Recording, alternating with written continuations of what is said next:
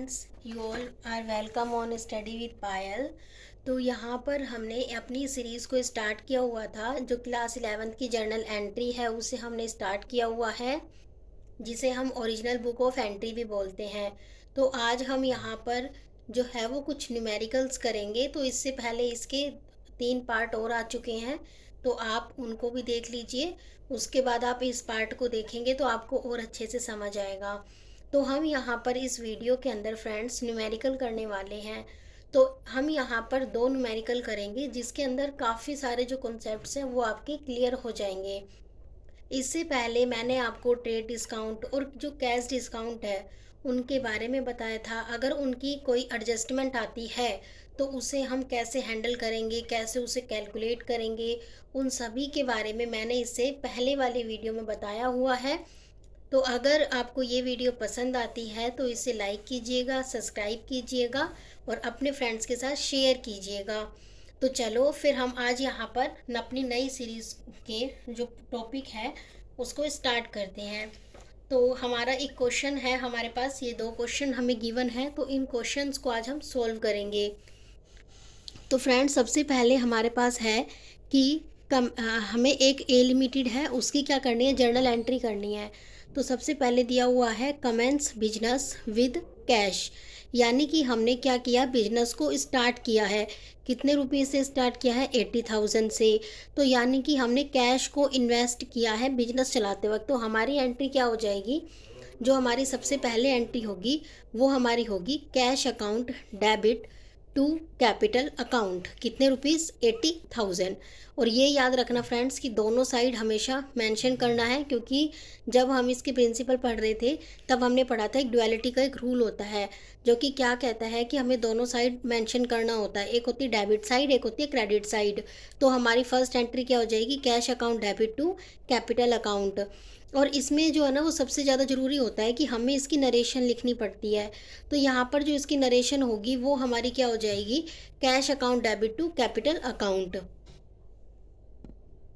तो फ्रेंड्स, इसकी नरेशन हम क्या लिख देंगे कि स्टार्टेड बिजनेस विद कैश, यानी कि कैश से हमने क्या किया, अपने बिजनेस को स्टार्ट किया है। तो जनरली ये हमारी एक सिंपल सी एंट्री होती है जो कि हम बिजनेस को स्टार्ट करते हैं तब होती है।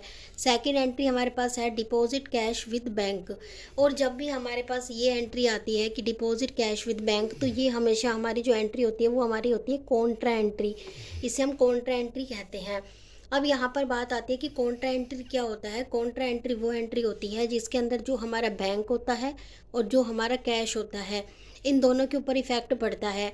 अगर हम डिपॉजिट करवा रहे होते हैं तो उसका मतलब होता है कि जो बैंक है उसके अंदर हमारे पैसे जा रहे हैं, और क्या जा रहे हैं और कम क्या हो रहा है, हमारे पास से कैश कम हो रहा है। तो हम इसलिए ही कह देते हैं कि bank account debit to cash account.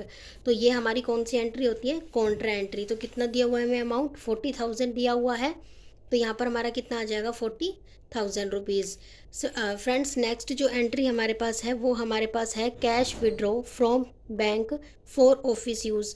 जब भी फ्रेंड्स हम कोई भी कैश निकालते हैं तो हम 2 तरीके होते हैं, या तो हम उसे ऑफिस यूज़ के लिए निकाल रहे होते हैं, या तो हम उसे निकालते हैं ऑफिस के लिए, ठीक है, या फिर हम उसे निकालते हैं पर्सनल यूज़ के लिए। तो यहाँ पर हम किसके लिए यूज़ के लिए निकाल रहे हैं, यहाँ पर हम ऑफिस के यूज़ के लिए निकाल रहे हैं।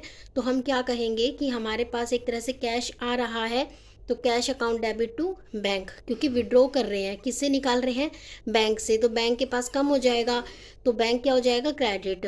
तो cash account debit to bank. उसके बाद हमारे पास आता है goods use for office use. अब जो गुड्स है उसको हम ऑफिस यूज़ के लिए क्या कर रहे हैं, यूज़ कर रहे हैं, जो कि 200 रुपीज़ का है। तो हम ऑफिस के लिए यूज़ कर रहे हैं, तो यहाँ पर जो हमारी एंट्री हो जाएगी वो हमारी क्या होगी, वो हमारी एंट्री होगी कि office expenses account debit to purchase. अब यहाँ पर बात आती है कि हमारा परचेज़ क्यों आया, क्योंकि यहाँ पर हमारा गुड्स था, तो इस वजह से हम क्या लिखेंगे, यहाँ पर परचेज़ लिखेंगे। ठीक है फ्रेंड्स, उसके बाद हमारे पास आता है कि building purchase from Kumar and company, ठीक है, ₹1,00,000 and advance ₹20,000 given in cash. और कहता है कि 1,00,000 रुपीज़ थे जिसको हमने परचेज़ किया है, और इसके अलावा ये कहता है कि 20,000 जो थे ना वो हमने एडवांस में दे दिए। किस में दे दिए, एडवांस में, कैश में दे दिए। तो अब हमारी इसकी एंट्री क्या होती है कि हमने क्या खरीदी है, बिल्डिंग। बिल्डिंग कितने रुपीज़ की है, 1,00,000 की है। जिसमें से कैश कैश यानी कि जो एडवांस में दे दिया वो हमारा कितना था 20,000। तो जो रिमेनिंग बचेगा वो हम उस पर्सन के नेम से लिखेंगे, क्योंकि अभी वो हमारा कैश में कन्वर्ट नहीं हुआ है, अभी फ़िलहाल ये हमारा क्या चल रहा है, क्रेडिट में चल रहा है।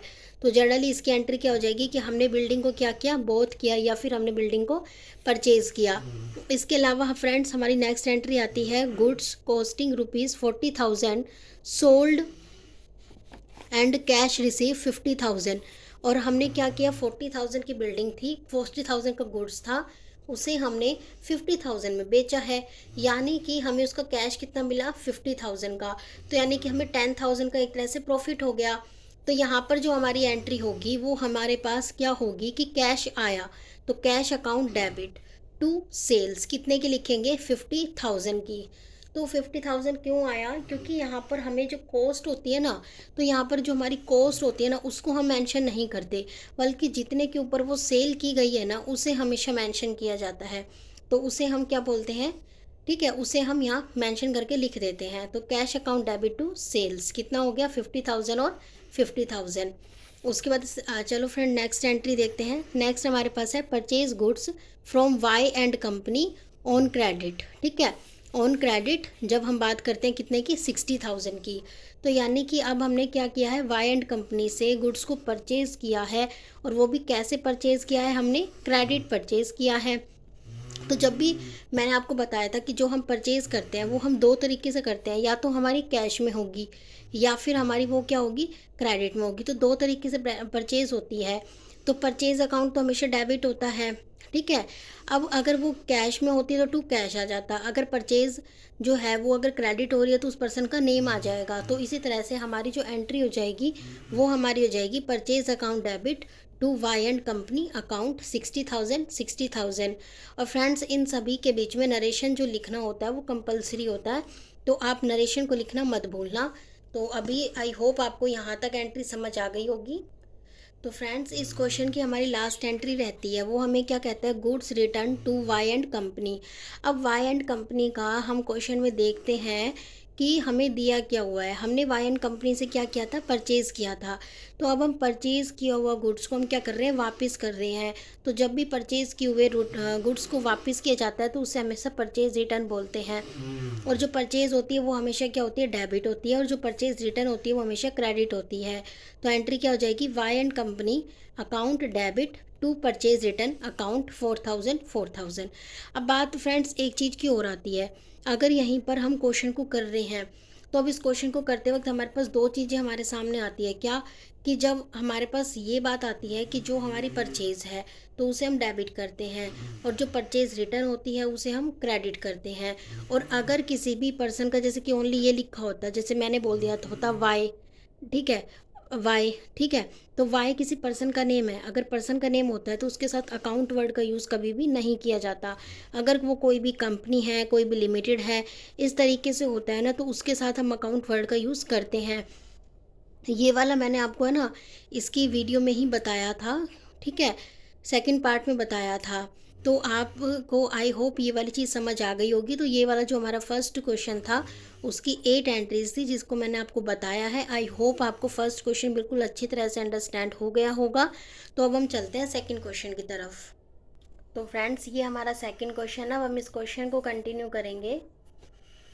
तो फ्रेंड्स हमारे पास सबसे पहली जो सेकंड क्वेश्चन है उसकी एंट्री दी हुई है, बैंक चार्जेस लिवाइड 200 रुपीज़। यानी कि जो बैंक है, कई बार क्या होता है कि जो बैंक होता है वो कई बार हमारे कोई चार्जेस होते हैं जिसे वो लगा देता है। तो उसके लिए हमारे पास क्या होता है, हमारे पास से जो कैश जा रहा होता है तो हमें पता है, मैंने आपको बताया था कि वो हमेशा क्रेडिट होता है, और अगर कैश आ रहा होता है तो वो हमेशा डेबिट होता है। तो इस वजह से हम क्या लिखेंगे, bank charges account debit to bank account. ऐसा हमने क्यों किया, क्योंकि अब बैंक हमारे ऊपर क्या लगा रहा है, चार्ज, और चार्ज हमारे लिए क्या होता है, एक तरह से हमारे लिए एक्सपेंसेस होता है। तो इस वजह से, इसकी वजह से हमारे बैंक का बैलेंस कम हो रहा है। फिर हम क्या लिखेंगे, बैंक चार्जेस हमने डिवाइड कर दिया, ये जो होती है वो हमारी नरेशन है। इसके बाद फ्रेंड्स हम सेकेंड एंट्री पे चलते हैं। सेकेंड एंट्री हमारे पास क्या कहता है, stationery purchase for paid through 6,000। तो स्टेशनरी हमने क्या किया है, परचेज किया है फॉर एंड उसके लिए स्टेशनरी के लिए हमने 6,000 रुपीज़ पे किए हैं। अब वो हमने किससे पे किए हैं? नेट बैंकिंग से। अब नेट बैंकिंग क्या है? ये हमारा एक तरह से ऑनलाइन हम पेमेंट करते हैं। तो यानी कि हमारे जो पैसे हैं, जो भी अमाउंट है, वो कहाँ से डिडक्ट हो रहा है? बैंक से डिडक्ट हो रहा है। तो इस वजह से हम यहाँ क्या लिखेंगे? Stationery account debit. अब नेट बैंकिंग की वजह से हमारा यहाँ बैंक आ गया। अगर चेक होता तो भी हमारा बैंक आता, और अगर कैश लिखा होता तो हम कैश ही लिख देते। तो stationery account debit to bank account 6,000। तो हमने क्या किया? स्टेशनरी को परचेज कर लिया। तो ये हमारी एंट्री थी यहाँ तक। सो फ्रेंड्स, हमारे पास थर्ड जो एंट्री है वो हमारे पास है dividend directly receive by bank. तो यानी कि अब हमें क्या रिसीव हो रहा है? डिविडेंड। अब डिविडेंड रिसीव होगा तो यानी कि कैश हमारे पास आएगा। अब यहाँ पर क्या आ रहा है? By bank. यानी कि कई बार क्या होता है कि हम बैंक को ही बोल देते हैं, तो बैंक ही क्या करता है, हमारे जो भी डिविडेंड वगैरह होता है उन्हें रिसीव कर लेता है, या फिर कोई चार्जेस होता है उसे कट कर लेता है। तो इसलिए ये जो काम होता है ना, वो जनरली हमारा बैंक ही कर देता है। तो इसलिए डिविडेंड जो है वो डायरेक्टली रिसीव किया जा रहा है किसके द्वारा? बैंक के द्वारा। कितने का? 2,000 का। तो बैंक अकाउंट डेबिट, यानी कि पैसा आया। अब किसकी वजह से आया? डिविडेंड की वजह से। तो bank account debit to dividend account, कितना? 2,000। 2,000। इसकी नरेशन क्या हो गई? डिविडेंड डायरेक्टली रिसीव, यानी कि हमें डायरेक्टली क्या रिसीव हो गया? डिविडेंड रिसीव हो गया। उसके बाद कहता है कि cricket bat donated to our trust. कई बार क्या होता है कि हम क्या कर देते हैं, कुछ एक डोनेशंस कर देते हैं, या कोई चीज़ चैरिटी में दे देते हैं। उसमें हमारा कैश भी हो सकता है, उसमें हमारे गुड्स भी हो सकते हैं। ठीक है, तो बहुत सारी चीज़ें होती हैं जो कि हम चैरिटी के तौर पे दे देते हैं। तो उस वक्त हम क्या लिखते हैं? Donation account debit to. अगर यहाँ पर हम क्या दे रहे हैं? बैट दे रहे हैं। अगर हमारा क्रिकेट बैट का बिजनेस होगा तो हम क्या करेंगे? बैट हमारे लिए क्या होंगे? गुड्स। तो अगर वो हमारे लिए गुड्स है तो हम यहाँ क्या लिख देंगे? To purchase. और अगर यहीं पर ही वो कैश दे रहे होते तो क्या आ जाता? To cash. कितने का? 10,000। 10,000। नरेशन क्या हो जाएगी? Cricket bat donated to a trust, यानी कि जो क्रिकेट बैट है वो हमने डोनेट कर दिया है। उसके बाद हमारे पास लास्ट एंट्री आती है कि income tax is paid by cheque. यानी कि जो इनकम टैक्स होता है वो हमेशा जो होता है ना, वो हमारा जो ओनर होता है ना, वो पे कर रहा होता है। तो ओनर के लिए जो इनकम टैक्स होता है, यानी कि जो आईटी होता है, इनकम टैक्स होता है, वो हमेशा उसकी पर्सनल चीज़ें होती हैं। तो इसलिए हम क्या लिखेंगे? Drawings account debit. और अगर हमने उसे पे चेक से किया है तो हम लिख देंगे to bank account. To bank account. तो drawings account debit to bank account, कितने का? 10,000 हम यहाँ पर लिख देंगे। उसके बाद हम लिख देंगे कि income tax paid by owner, यानी कि ओनर ने अपना इनकम टैक्स पे कर दिया। तो हमने ये दो क्वेश्चन को समझा है। तो आई होप आपको ये दो क्वेश्चन समझ आ गए होंगे। इससे पहले हमने जो है वो काफ़ी सारी चीज़ें समझी थी। इससे पहले भी हमने कुछ वीडियोस के इसके पार्ट बनाए हुए हैं, तो आप उन्हें भी अच्छी तरह समझ लीजिएगा।